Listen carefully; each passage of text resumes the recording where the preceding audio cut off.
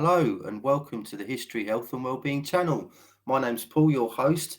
Today I'm joined by a very interesting gentleman called Salvador March, to give him his full name.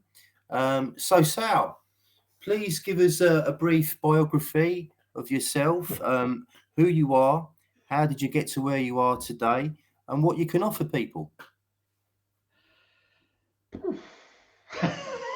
The floor is yours, my friend. Take it away. You've got all the time you want. Yeah, okay. Um, well, I'm a nobody, to be honest. I'm just an ordinary guy like anybody else. There's absolutely nothing special about me. I've been in the alternative health field for the last 40 odd years, pretty much since my late 20s. And my obsession in life has been how to heal myself from all the, how can I put it?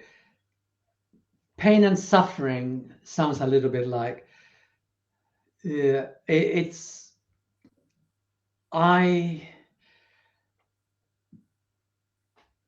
I have spent my lifetime trying to open my heart up. Um, that's I didn't know that's what I was after initially. All I knew was that I was pretty dead inside. Um, I knew that I was weird compared to other people. I was antisocial. Um, I I was always been very loyal. I'm a very loyal person, but at the same time, I didn't maintain friendships. My obsession with my own personal growth and development, which is another way of saying my obsession with trying to get rid of the pain inside me, uh, overtook most of my life, and by definition, that made me extremely selfish and egocentric. It's inevitable. When we focus on anything to the exclusion of everything else, we become very self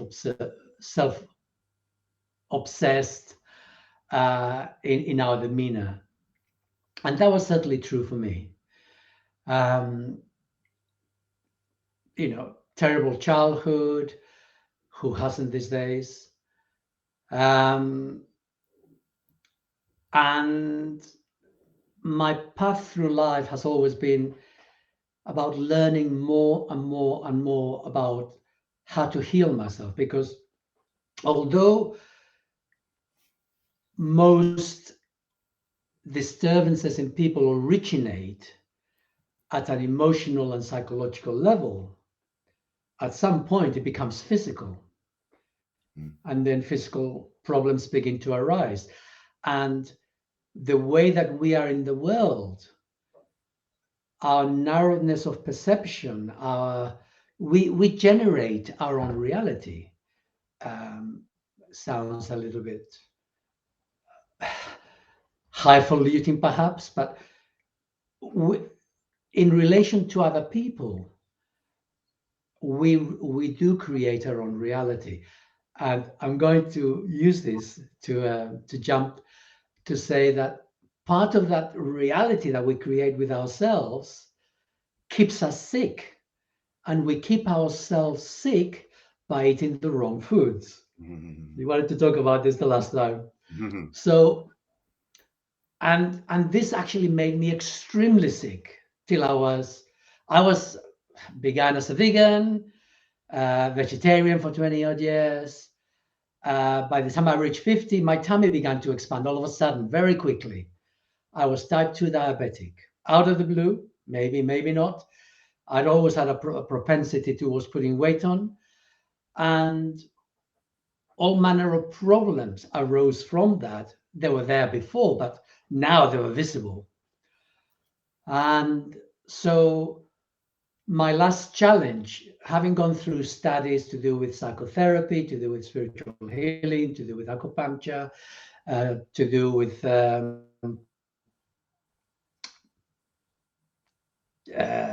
internal martial arts, Qigong, Taoist. I did a whole Taoist training thing as well. Um, all of that helped, but it wasn't dealing with the major cause. And the major cause was emotional, which I was unaware of. And I was keeping myself in that place by eating the wrong foods, Okay, because nothing ever is so black you're or saying white, that it's all yeah, gamut. you're saying that basically your main problems were a mixture of trauma and poor diet. Am I right? A mixture of trauma and what? Poor diet. What was the second thing you said, Paul? Poor Poor diet. diet. Yes, Yeah. absolutely. Mind you, I thought I was having a great diet, eating vegetarian. My diet was great. Thank you very much. I was eating plenty of nuts, rhubarb, spinach, all the usual suspects. And my diet was great. I mean, Mm, it was healthy. I used to go to the health shop. mm, And I used to buy all these organic things, including chocolate mm, and ice cream and cakes. And yeah, I thought my diet was great till suddenly it wasn't. And then I had huge problems, or rather, the problems that were in me came to the surface. And of course, that's purely in terms of the food. But then, in terms of my own wanting to be healthy and going to other therapists, I ended up going to other therapists that kept me in the same state of sickness that was inside of me, because we all create our own reality. So until such time as I dealt with the emotional backlog within my psyche, my perception of reality was designed to keep me in the place of self-imposed imprisonment. And imprisonment is not just psychological, it's also emotional and physical. And so that's, in a nutshell, that was 40 years of my life. I reached 60 years old, and I said, I cannot keep on working as a healer because I'm not helping other people. I was to some extent, but not enough to be satisfying. So I stopped, and then I became very depressed for a couple of years. And I then realized that I was grief stricken. Um, I'd lost my way, because my way was to be a healer, except I was no good. So how do I survive that? So what I did was that by this time I realized where the core issue for me was, which was to do with forgiveness for my mother. I carried a lot of victimhood. I considered myself a victim. My mother had put me away in a boarding school when I was 3 years old. I was a victim, and I was very angry, because when we are victims, we're justifiably angry. And so I had to deal with that, and I put myself away in a hotel for 2 weeks, and I wrote the whole of my childhood. I spent 2 weeks just writing, writing, writing, crying, crying, crying, and I finally got my head straight, and I realized that my perception of my mother wasn't accurate. She had tried to do her best for me. She failed for a whole variety of reasons, um, and yet she meant well. Her heart was in the right place. She was just damaged, like we all are. mm, Her own mother had died when she was young, and she never recuperated from that trauma. And so she inflicted that on me, not deliberately, mm, but that's what we do. You see, we repeat patterns within mm, our within ourselves and within our families, and mm, within our previous lifetimes. We've got all these patterns that keep repeating. mhm, They keep repeating again and again and again. 11,000 years ago, my present wife and my daughter, stepdaughter, the three of us, the two of them were gay, And my daughter was some sort of minimum, some sort of low sort of count type of thing, not quite a count, but someone who had a little bit of political power, uh, except he was gay and he was expected to marry. And his cousin and him were in love with each other. And they decided that they needed to pretend that he was normal. So, because his cousin, who is my wife today, um, was friends with him, we've been friends for a long time. I mean, I was young, I was only about 18 or so at the time. Um, so, he convinced me to marry his cousin. So I did, and they promised me a child. Like the idea was, except he couldn't do it because he was totally gay. So, so I was, and I died a few years after that, and I was left with that I needed a child. That's what I was expecting. That was my role in life as a young woman in those days, and you know, um, the expectation of me. 600 years later, my next wife, well, in fact, she wasn't my wife. We just lived together. She gave me a baby. Sorry, not 500 years. In the present time, my first ex-girlfriend, living girlfriend, she gave me a baby, and she said, "Oh, I thought you wanted one." And as it happens, I was totally besotted with this baby, and he's as soon as he was born, he was like watching myself. He was like seeing me. And I mean, it was a terrible relationship. It was really bad. But nevertheless, she gave me this baby. Well, it turns out that 500 years ago, she was also a minor lord, and I was a peasant, obviously good looking, because he decided to have a go with me. And he got me pregnant, except this time he forced me to abort that baby because of the repercussions, the political repercussions in his world. So 500 years later, she gives me this baby. And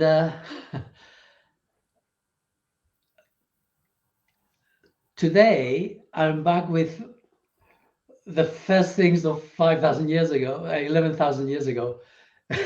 And now I've got my stepdaughter and my wife, and they're both still in love with each other. That must have been some past life regression session that you had there. Wow, because That must amount to suffering.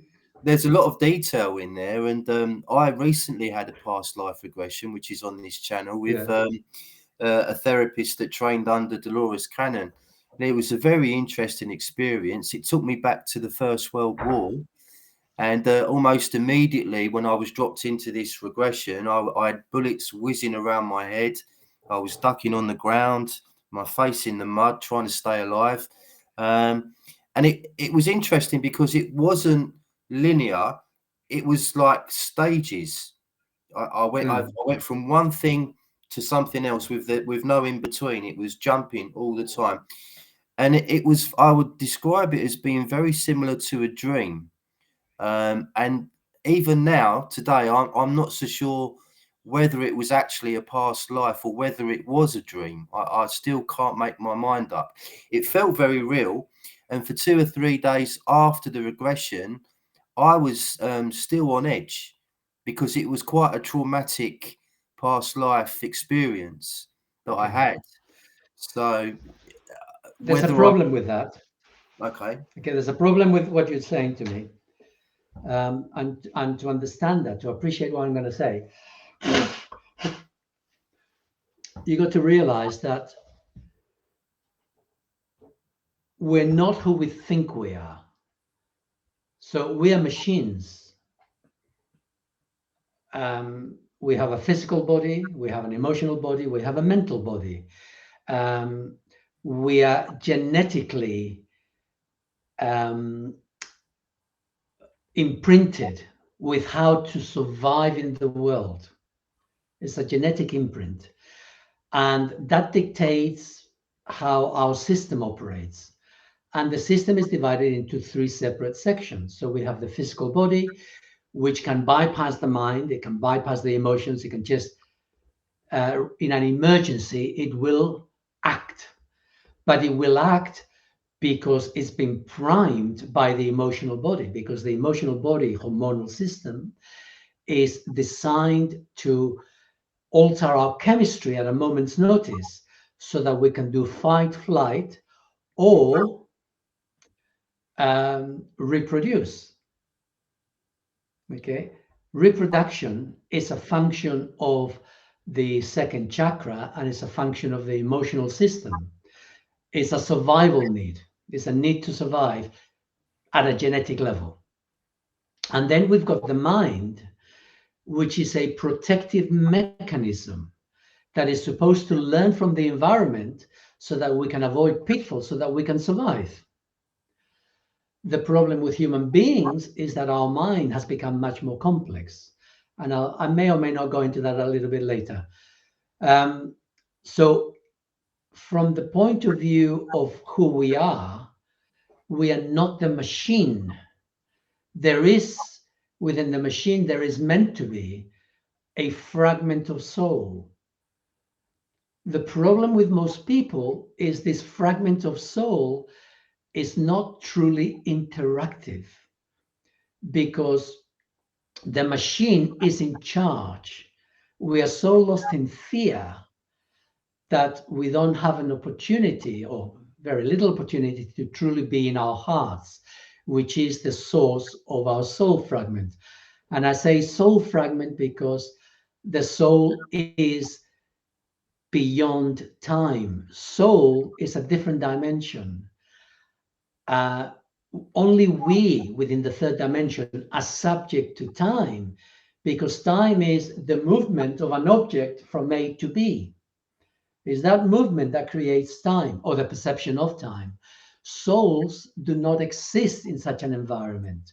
And so they are perceiving time in front of them and they can see the past, the present, and the potential of the future to some extent. Potential because the future hasn't happened. Although from their perspective, it's just a potential because we're talking about the third dimension of cause and effect.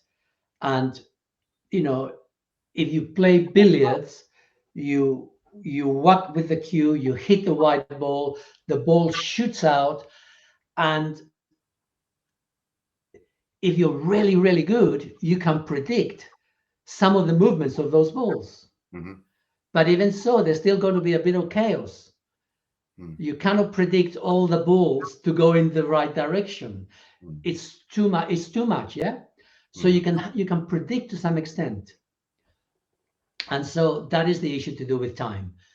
And this is why I say soul fragments, because my soul, my soul I call Eric. So I am a fragment of Eric, and I am here in this present lifetime. Little slice, just a sliver of sausage. Previous lifetimes, there's other slivers, other slices.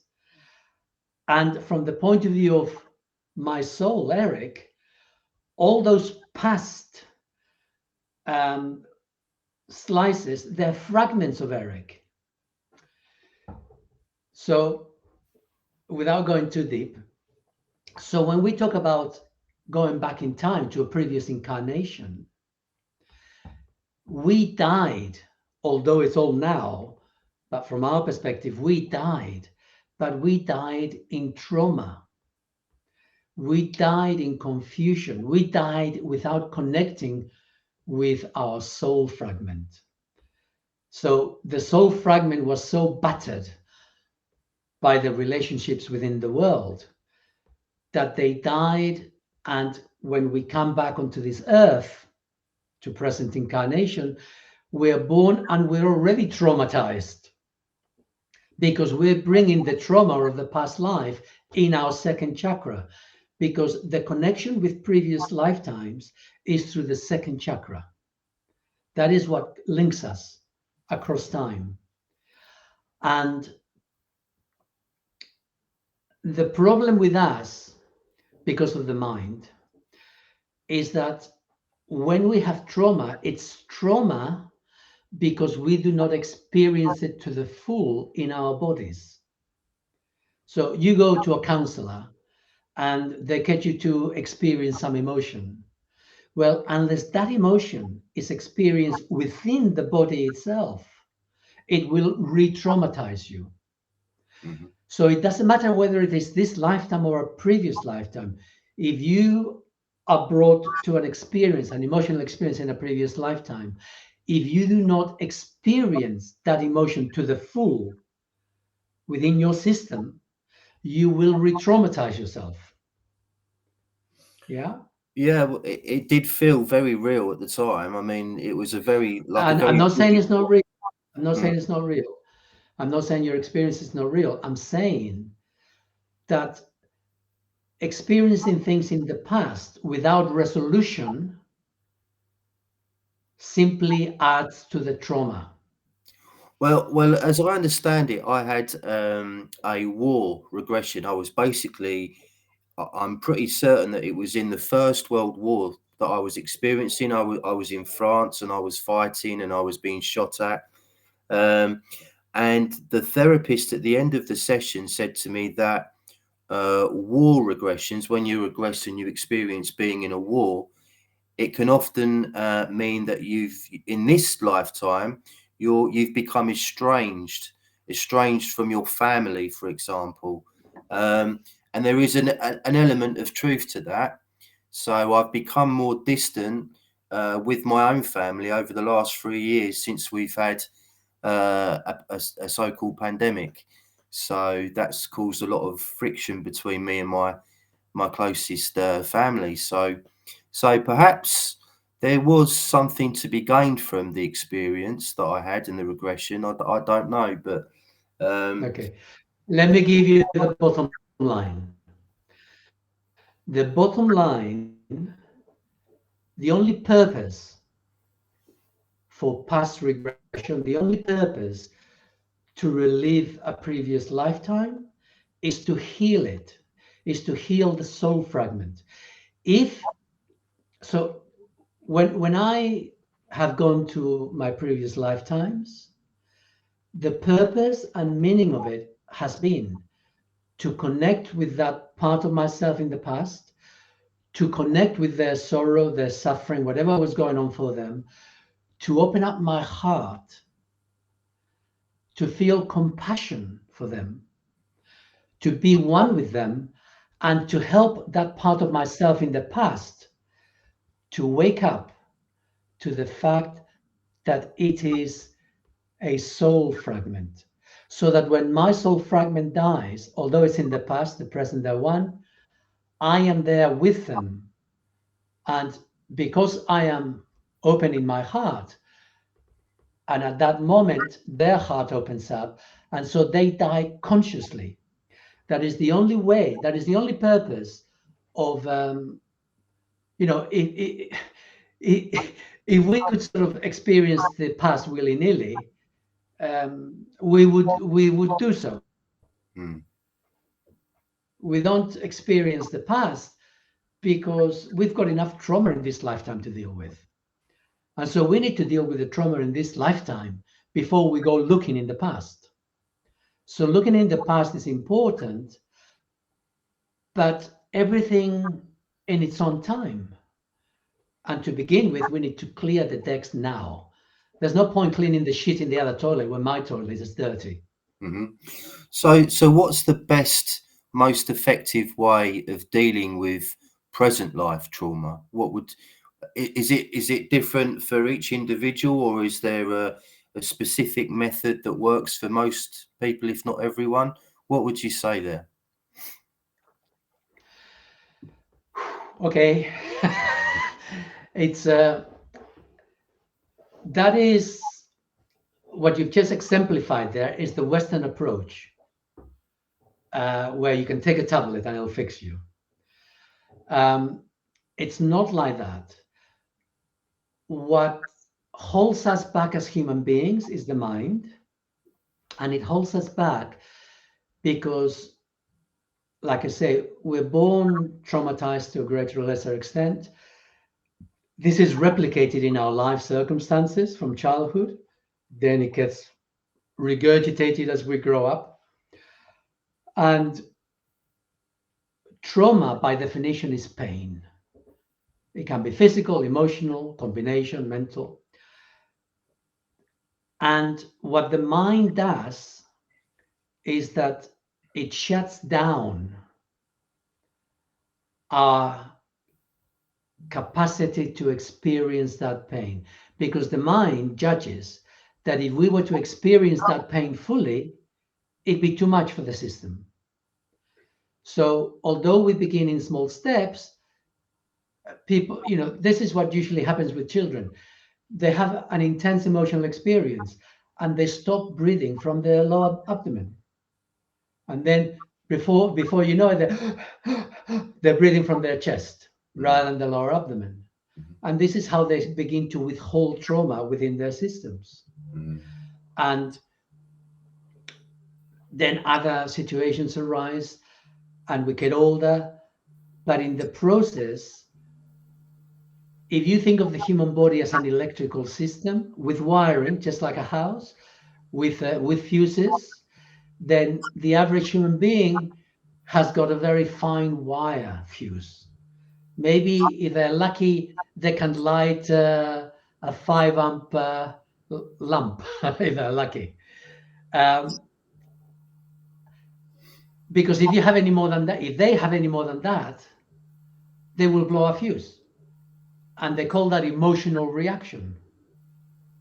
Yeah. So we are very reactive because we cannot deal with the imagined pain, because it's not even real pain, it's imagined pain. The mind imagines what it might be like and it shuts the door straight away. So we don't experience the emotion. What happens is instead that emotion somatizes in the muscles in our body. So the process is we need to experience pain. We need to experience intensity of emotion, intensity of physical pain, intensity of, and I'm not saying go and flagellate each other, intensity of mental conflict, i.e., to be able to hold opposing views in your head, to stay in the center of that conflict. It's a sort of stamina.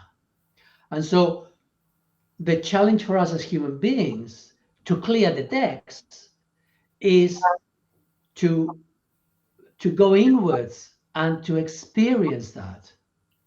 All right. So that is a process that is the same for everybody, but how we do it is different. But there are basics. One of the basics is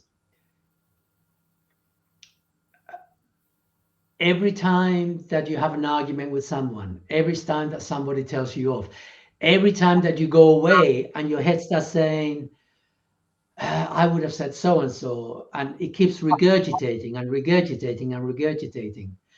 What's happening there is you're not experiencing the emotional intensity. Your mind is trying to distract you from that emotional intensity. So you need to ask yourself. And so the first thing is self-observing. You need to begin to observe yourself. You need to separate yourself from the thoughts in your head. You need to separate yourself from your emotions. We even need to separate ourselves from physical pain. Now, this is not to say we don't experience pain, but we need to be able to experience it. What you look at children, what do children do when they hurt themselves? Ah! They scream, they shout, big drama. What are they doing?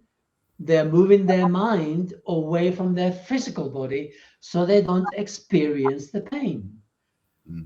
This is the way we're brought up. This is the way we grow up. So we disassociate ourselves from our physical body, we disassociate ourselves from our emotions, we disassociate ourselves from our minds. And this is why we are machines, because we're all machines, but to the extent that we are disassociated, we're more machines than anybody else. So we want to become human, and to become human, we need to reassociate. We need to relink ourselves to our physical body, to our emotional, and to our mental reasoning perceptions. And this is a process, and it doesn't happen overnight. Mm. Now, in my website, in my podcast, I've got a lot of information. I've got meditations to help you to connect with your body, to help you to release physical tensions from your body, to begin the process of connecting with your emotions. And it's a gradual process of building up that wiring, that electrical wiring in your body. It needs to increase. It needs to go up from 3 or 5 watts. It needs to go to 60, 90. You need to be able to cope with a big discharge of electricity through the body. When it's interesting to me that within the last few years, because now, I mean, like I said, I gave up all my healing, but then I came back to it once I learned to forgive my mother and understand and appreciate. And once I fully opened up in my heart, um, I then gained connection with Charlie, who's a 12th dimensional soul, according to him, who works with me when I work with people or when I write my articles, whatever I do, it's we do it together. Or rather, he tells me what to do, but you know. Mhm. Um, and one of the things that I've learned, or one of the things that I've become aware of, is that nowadays, because I no longer do acupuncture, I do acupressure. I just touch the acupuncture point with my finger. But what I've noticed is that as I'm doing the finger, there's electricity going through my finger, and I can hear that. I can hear like a crackling in my finger, which I've never done before, apart from the last couple of years. So because I've cleared so much of my trauma, and to clear the trauma, it means that we experience the pain, we Mm. experience the intensity. And because I've cleared the decks, my electrical system has increased. So now I can cope with a lot more than I could. And one of the visible signs of that is that I can now experience that when I touch someone with my finger. Mm. So there you go. Okay, so it's basically from what you've just said, I would surmise that trauma is probably the biggest problem we've got as a species. Would you agree? Probably. Absolutely, And a lot of 100%. this And reminds one me. and one way to define that. I was going to say a lot of this reminds me of German New Medicine (GNM). I don't know if you've come across it before, but it's very, very focused on healing trauma, which is great. The only problem that I have with German New Medicine, from what I understand, which is a basic understanding, is it completely disregards nutrition or nutrient deficiency as an issue, and it says everything is trauma. You can basically eat what you like. That's got nothing to do with sickness or illness. It's all related to trauma. No, I don't think things are that black and white. Yeah, I don't think so. And as somebody that helps They're people not. by providing them with vitamins and minerals, I've seen countless times people regain their health by taking magnesium, for example, or vitamin C or iodine. You know, so these things, these nutrients, we definitely need them, and many of us are very, very deficient, seriously deficient in these essential nutrients. Um, so that's my We take are. on it anyway. I don't know if you agree with that, Sal. I totally concur with you. Of course, I agree. We are complex beings. You Hmm. know, we need to see ourselves in perspective. There's a lot of fantasy out in the world, unfortunately. The human body has got certain physical needs. The emotional body has got certain emotional needs. The mental body has got certain mental needs. They all have needs. They all need to be addressed. So physically, we need the right foods because we are a machine. I mean, if you had a Rolls Royce, you wouldn't put cheap petrol in it, and you certainly wouldn't put cheap oil in it. Mm-hmm. Yeah, you put the right you put the right ingredients, which in our case is the right foods and the right minerals and nutrients. Now, in the modern world, we have, through monoculture, we have not only poisoned a lot of the planet, we've also destroyed a lot of the process of growth within, the way people grow food, whether Mm-hmm. it's for animals or vegetables. But, like ve- vegetables, okay, you've got these huge fields. Now, the minerals that are used by vegetables, whether it's grass or anything else, comes from leaves. It comes from trees who Mm-hmm. have deep roots that go down to the rocks, to the rock strata, and they pull up the minerals.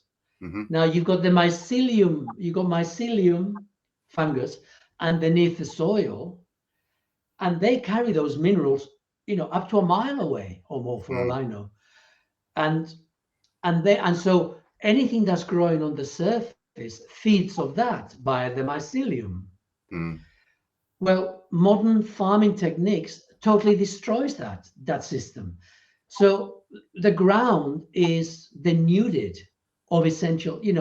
I am a carnivore, and I eat my own cows, and my cows are deficient in selenium.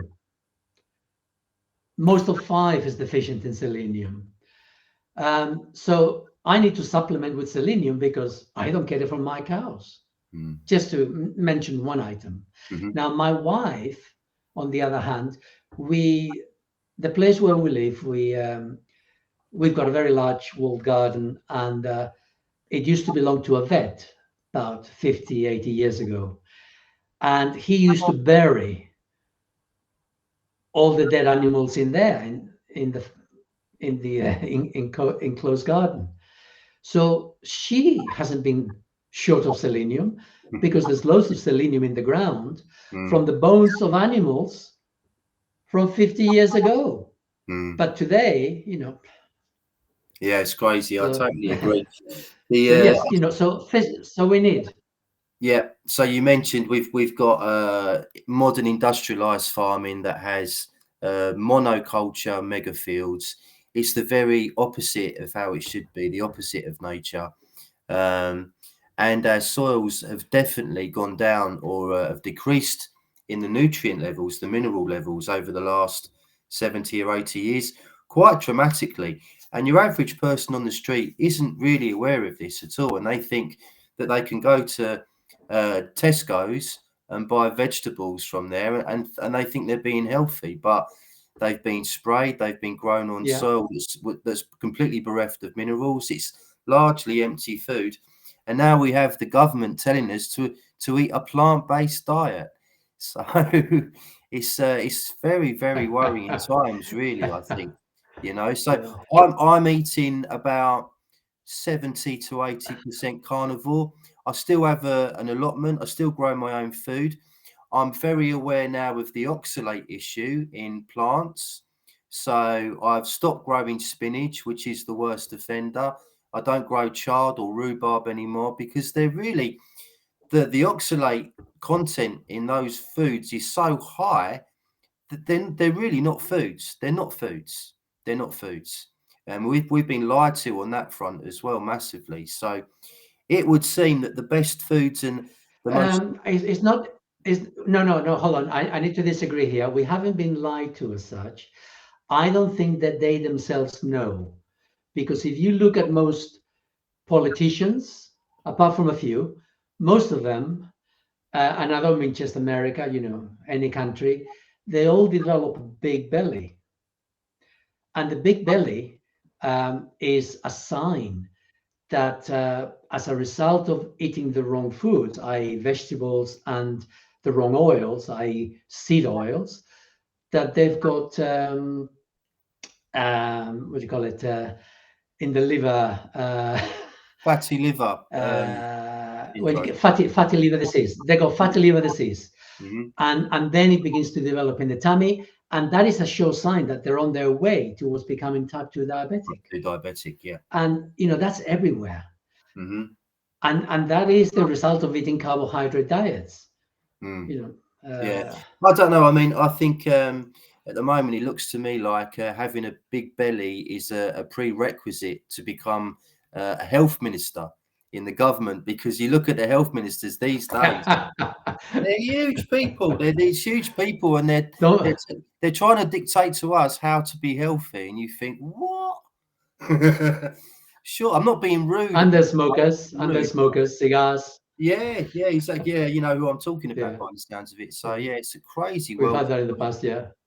And Yeah. the only The upside to problem, listen, look, the problem with human beings is that we have been around for millions and millions and millions of years. I know they say you've only been around here 20,000, 200,000. No, we have been here for hundreds of millions of years. And we have survived to the present in spite of cataclysms, in spite of whatever the world has thrown at us. We have survived. And our systems, like every animal, they know what to eat. A cow knows what to eat. If it's not feeling well, he knows what. If it's got variety, it will go and choose herbs or bark, whatever it needs to help itself. The problem arises these days that we contain them within areas where they don't have access to these things, and so they cannot do it. But all animals know how to self-medicate. They know what food to eat. If you offer a chicken leg on a bit of grass to a cow, the cow will go for the grass. It will ignore the chicken leg because it knows what it wants. If you're a pregnant woman, you're a few months pregnant, and suddenly you start to get the munchies for this, that, or the other, your body knows what it wants. It's looking for certain ingredients. yeah, So we're all born with the ability to know what we want. If you offer a young child, a 1-year-old, a little bit of meat or a bit of lettuce, mm. what do you think is going to go for? The lettuce Mm. or the meat? We all know what we want, but then we get taught, we get indoctrinated, we get conditioned that we are not capable of knowing who we are, of knowing what we want, of knowing what's best for us. And so we grow up wanting to talk to an expert. So there's all manner of experts out there. And the truth is, we've become so traumatized that we do need some sort of expert, but that's another story. But we've lost our way. And so we no longer know what's good for us. And we rely on pseudo experts who have an investment in what they're selling you. Mm-hmm. How can you believe Mm. what We've someone's trying to sell you? we've become very domesticated, and that's been done, in my opinion, deliberately. As somebody, I said this to some clients the other day, as somebody that runs and owns a supplements and herbs company, my biggest ambition is to go out of business. And what I mean by that is that I want to live in a world, or just a country, where I can walk down the road and there are several fruit trees that have been planted, and I can just go to the fruit tree and pick the fruit and eat it completely fresh and get a lot of my sustenance that way. And I want to live somewhere where there are small holdings, organic farms all over the country that are growing food organically, or even better, biodynamically.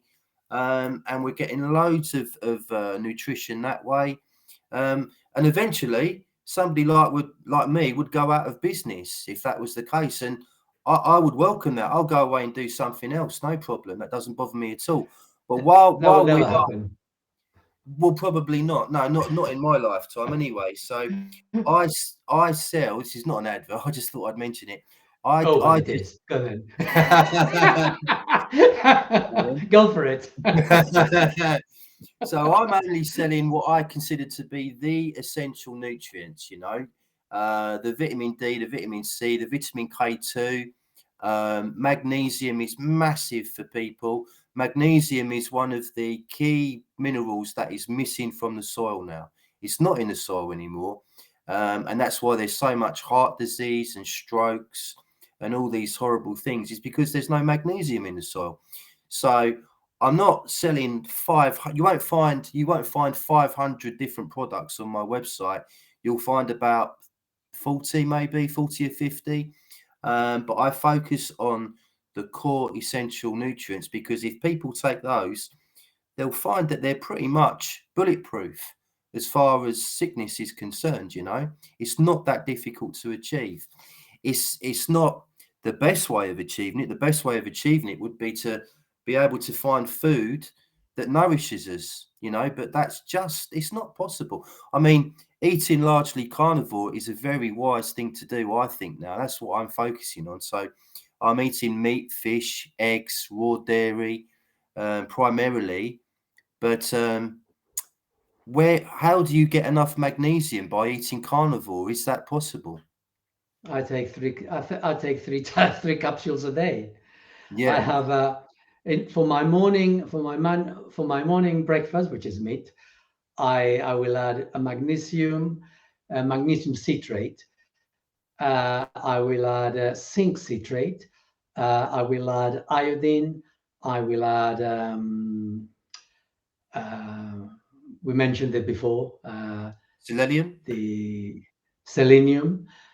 1, 2, 3, 4. 1, 2, 3, 4. Yeah, I think that's about it. So that's what I need. My wife has a different need. She needs to have every now and then. She needs some tissue salt supplements. She needs some mineral. So she gets a bit deficient in minerals. She needs vitamin Bs. She supplements that a lot by having eggs and occasionally a little bit of liver. The problem, and it's not so straightforward, the problem is that we are machines which are not designed to eat sugar, carbohydrates, except our diet is carbohydrate based for most people.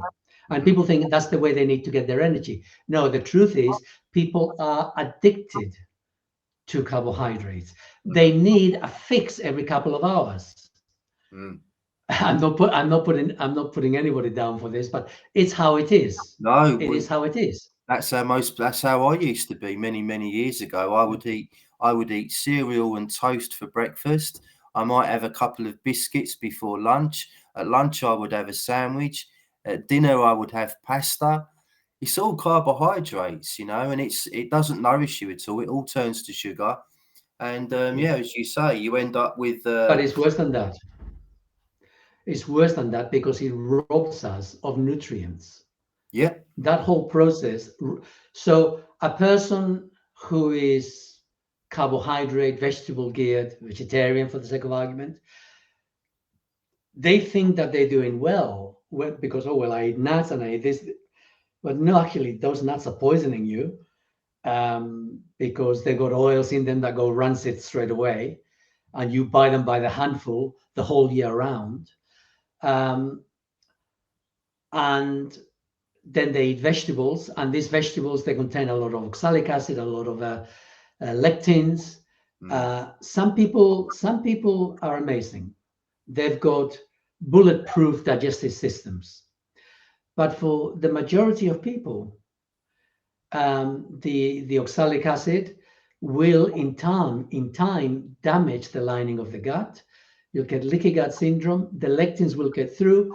So, if you're one of those people, for the sake of argument, that gets floaters, black floaters in the eyes, Mm. if you get fungal infections in your toes or your groin or any other part of your body that goes red, vagina, thrush, um, if you get a lot of gunge coming out of your eyes in the mornings, all of that is signs of oxalic and lectin damage Mm. that is occurring within you.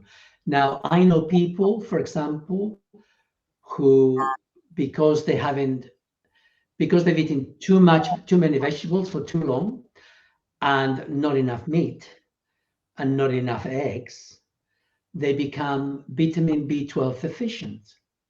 Now, that is problematic because our our nervous system requires the vitamin B12. Mm. And, we need all the B vitamins, all 8 of them, but B12 is one that you cannot get from anywhere else. And oxalic acid is a scourge to the human body because the human body can cope with about 150 milligrams a day to dispose of via the liver. And if you have a cup of spinach, that's nearly 700 milligrams Mm. of oxalic acid just in one meal. Mm-hmm. So that accumulates year in, year out. Then you go for the almonds because everybody knows almonds are healthy, right? So we Mm-hmm. got the almonds, we got the almond milk, they're really almond bread now as well. So they're Mm. really dumping it on you. And so we accumulate all this oxalic acid in the body. Mm. And there comes a point when the crystals begin to go under your skin, into the organs, they go everywhere. And they're terribly damaging. And if you then suddenly stop eating that is problematic because the human body cannot deal with more than 150 milligrams. Now, if your body begins to get rid of oxalic acid, because you're not eating any, you said, I'm not going to eat any. So now it's sort of coming from your stores, is now being released into your blood. Oxalic acid is, they use it to clean metal. It's an industrial chemical. They use it to clean metals because it's such a great cleaner, because it binds to all metals. So it will bind to your calcium, to your iron, any metal flowing inside of you. Mm. This is why being trace mineral deficient is so easy when you're a vegetarian, even though you eat all these other things. And the reason why people become vitamin B12 deficient, primarily when they're vegetarians and when their body is getting rid of the oxalic acid, is, first of all, they're not ingesting enough of it. They may eat a few mushrooms or a bit of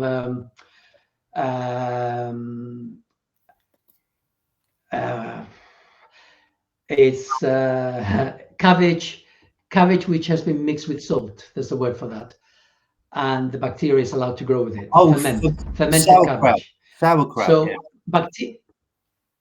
sauerkraut, yes. So fermented bacteria.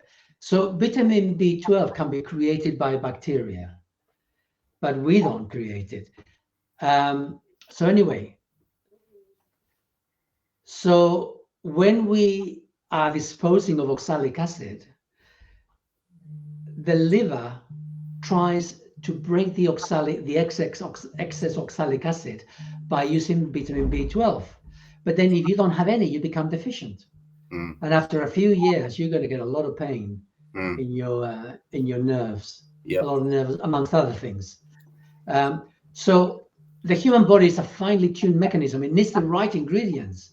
Mm. And oxalic acid is a huge poison, which is detrimental to the human body. We don't know the half of it, really. Absolutely. Let me just on that subject. So the reason why you were offering, hold on, let me say something. So the reason why you're offering magnesium citrate, and I'm not too sure about the potassium citrate, um, but and the thing you're missing there is zinc citrate. Um, these items and calcium citrate. These items are very important if you are in that process of trying to get rid of oxalic acid from your body, because the citrate or citrate, wherever, will bind to that excess oxalic acid, Mm, and it will dispose of it through the wee, mm, so that you don't actually end up with kidney stones. yeah. So Finished. the majority of the capsules that we sell contain calcium citrate, and there's a fair amount of magnesium citrate in there as well, and a small amount of potassium citrate. The zinc citrate's interesting. I'll look that up. But I just wanted to show you something, so I'm going to share something to the screen quickly, if I can. Hold on 1 minute. Yeah, This is our. Can you see that? That's our. Let's have a look. yeah. I was looking at it earlier on. Oh right. That's why I Oh, mentioned zinc citrate or yeah. citrate. I quite like the. I'm quite proud of the label design. I just thought I'd show that because obviously spinach is probably the worst offender when it comes to oxalate damage. So we used Popeye, but there we go. I just thought I'd share that. Well, actually, rhubarb's even worse. I know rhubarb's Rhubarb's really even bad. worse, but Yeah, people don't chard need as so much well. rhubarb. Um, Just on the subject, Sal. Just on the subject of B12, I because go, you yeah, go brought then. you brought B12 up, and just before I tell this story, we've got a slight delay on the line. So Sal, I think, is about 3 seconds behind me. So apologies for that. But I've got a friend. I've got a friend who was a commercial airline pilot for 40 years. He's in his 60s now. He's retired. Towards the end of his career as a pilot, he was about to land the plane, doing the descent, going down. So he landed the plane, he parked up, and then he suddenly thought to himself, I've got no memory or recollection of landing the plane that I've just landed. No memory, completely gone. So this was obviously a big concern for him. so so luckily he's a very clever chap, and he researched it for himself and discovered that he could have a B12 deficiency. So he found a very good B12 supplement online, and within a couple of weeks, um, he was fine. He was 100% okay again. But the point I'm trying to make here is how many people have experienced those symptoms, gone straight to their GP, their drug dealer, and the drug dealer has given them some very strong toxic medication for the onset of dementia or Alzheimer's, whatever it might be. It's frightening to consider that. It's really frightening. And of course, as we get older, we absorb less nutrients. So this my friend is a meat eater. So he should have had enough B12, but perhaps because he was getting older and he was working long hours and different shift patterns, etc., he obviously wasn't absorbing the B12 very well and ended up in that situation. So but it's frightening to contemplate that many people. Well, it's complicated. It's complicated because you say your friend was a meat eater, Mhm, and meat contains B12 for sure, mhm, but liver contains even more. Yeah. mm, I mean, I have a bit of liver every day with my meals, because if I don't have that bit of liver for a few days, I find myself getting a slightly dizzy. And the reason for that is that my body is dealing with oxalic acid. See, oxalic acid doesn't disappear just because you become carnivore. Yeah, it takes many, many years Some people reckon it takes 10 to 15 years to clear the decks. I think it depends with the individual. And to clear the decks takes B12. So you need the vitamin B12 to clear the decks for your liver to deal with that. Because what the liver cannot deal with, it gets sent as crystals, as the oxalic acid into the bloodstream.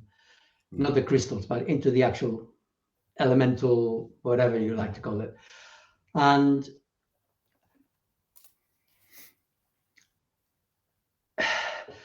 it's so your friend, you see, we don't know how much oxalic acid has he been eating over the years, and how much has he got accumulated within his body, and he's still processing.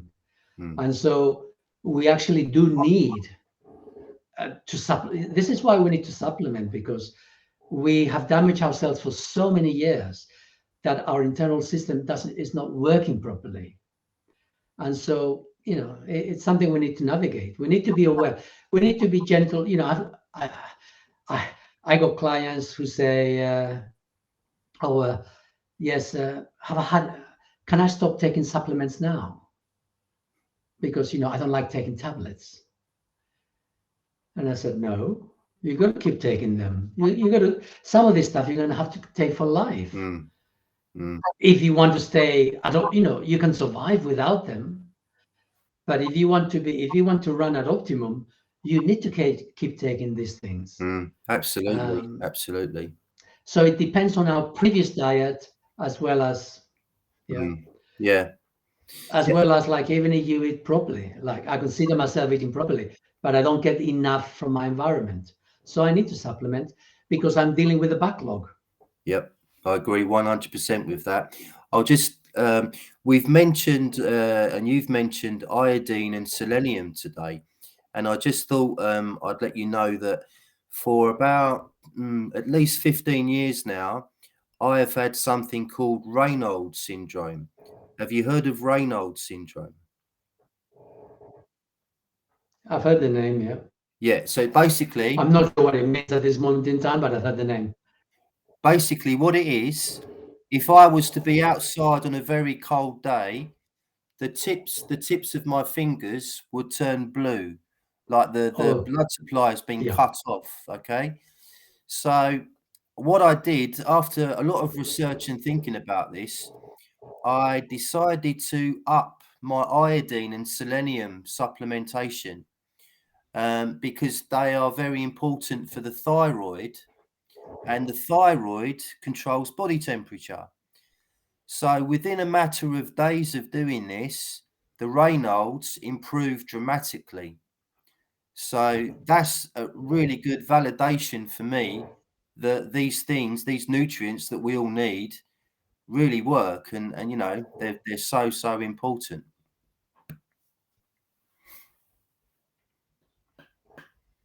Yeah, I concur. Brilliant. Okay, mate. Shall we leave it there, Sal? Because we're over with my clients. Yeah. Yeah.